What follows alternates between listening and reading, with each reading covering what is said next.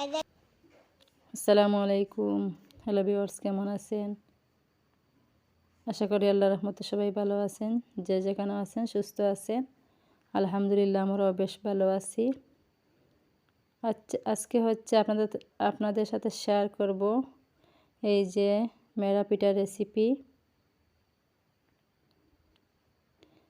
আমি 2 বাটি চাল জলদি ভিজিয়ে রেখে ওগুলো গ্রাইন্ডার করে নিচ্ছি।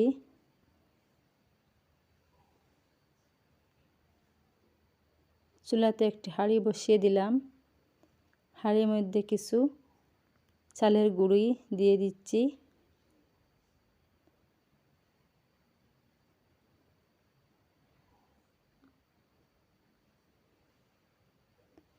কেউ কেউ আবার জলের মধ্যে দিয়ে খাই করে নেয়, কিন্তু এইরকম বাজিয়ে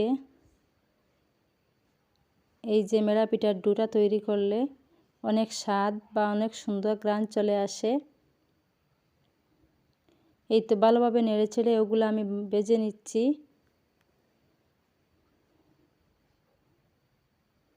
অনবরত নেড়ে ছেড়ে ভাজা লাগে গুঁড়িগুলা, কারণ হচ্ছে নিচে পুরো লেগে যাবে গুঁড়ি, তাই অনবরত নেড়ে ছেড়ে এই গুঁড়িগুলা ভেজে নেওয়া দরকার।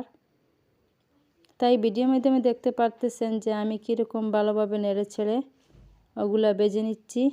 যতক্ষণ না কালারটা চেঞ্জ হবে ততক্ষণ আমি নেড়ে ছেড়ে ভেজে নিব।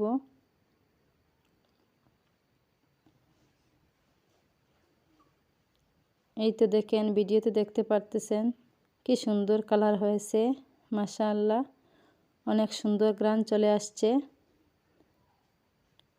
এখন ওগুলো আমি একটি বাটির মধ্যে ঢেলে নিচ্ছি। এখানে কিছু গরম জল আগের থেকে করে রাখা ছিল, সেইগুলো আমি একেবারে দেব না, অল্প অল্প করে দিয়ে ডোটা তৈরি করব।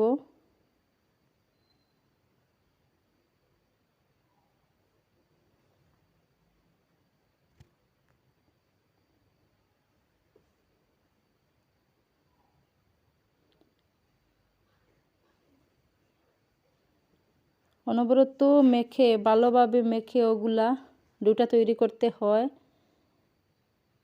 দেখতে পারবেন যে ডোটা এত নরম হয়, পিঠাগুলা তুলতুলে হয়।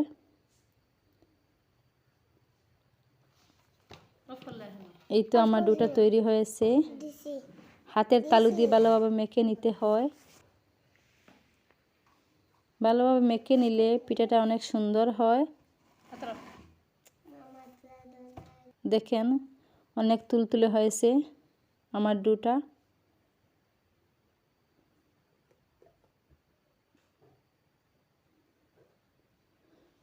দেশের বাইরের যে আপু ভাইয়েরা, আঙ্কেল আন্টিরা আমার ভিডিওগুলো দেখেন প্রতিদিন, প্লিজ ভিডিওটি ফুল দেখবেন, কোথাও স্কিপ করবেন না। দেখে দেখে একটি লাইক দিয়ে দিবেন, লাইক দিতে কিন্তু ভুলবেন না। ফ্রেন্ড ফ্যামিলিদের সাথে শেয়ার করে নেবেন, কারণ হচ্ছে আমার ভিডিওগুলোতে ভিউজ তেমন আসছে না।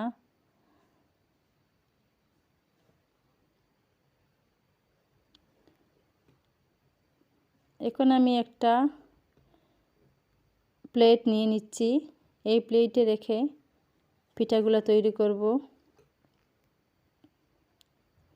এরকম হাত দিয়ে শেপ দিতে হয় মেরা পিঠার। কেউ আবার হাতে হাতে শেপ দিয়ে দেয়। আমি তো একটা প্লেট নিয়ে নিচ্ছি।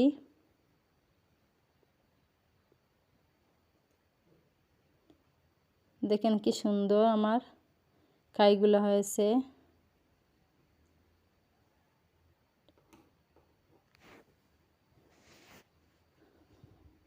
আমি একটা একটা করে গুলগুলোর মতো শেপ দিতেছি, যে যার মতো শেপ দিতে পারে, এটা যার যারই বিষয়।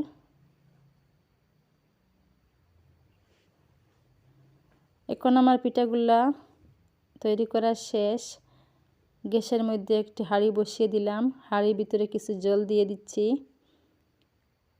এর উপরে একটি মাটির হাঁড়ি বসিয়ে দিলাম, কারণ মাটির হাঁড়িতে এই মেরা পিঠার অনেক স্বাদ বা অনেক গ্রান চলে আসে সিদ্ধ করলে।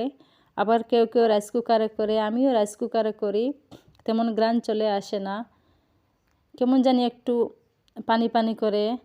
তাই আমি একটা মাটির হাঁড়িতে বসিয়ে দিলাম।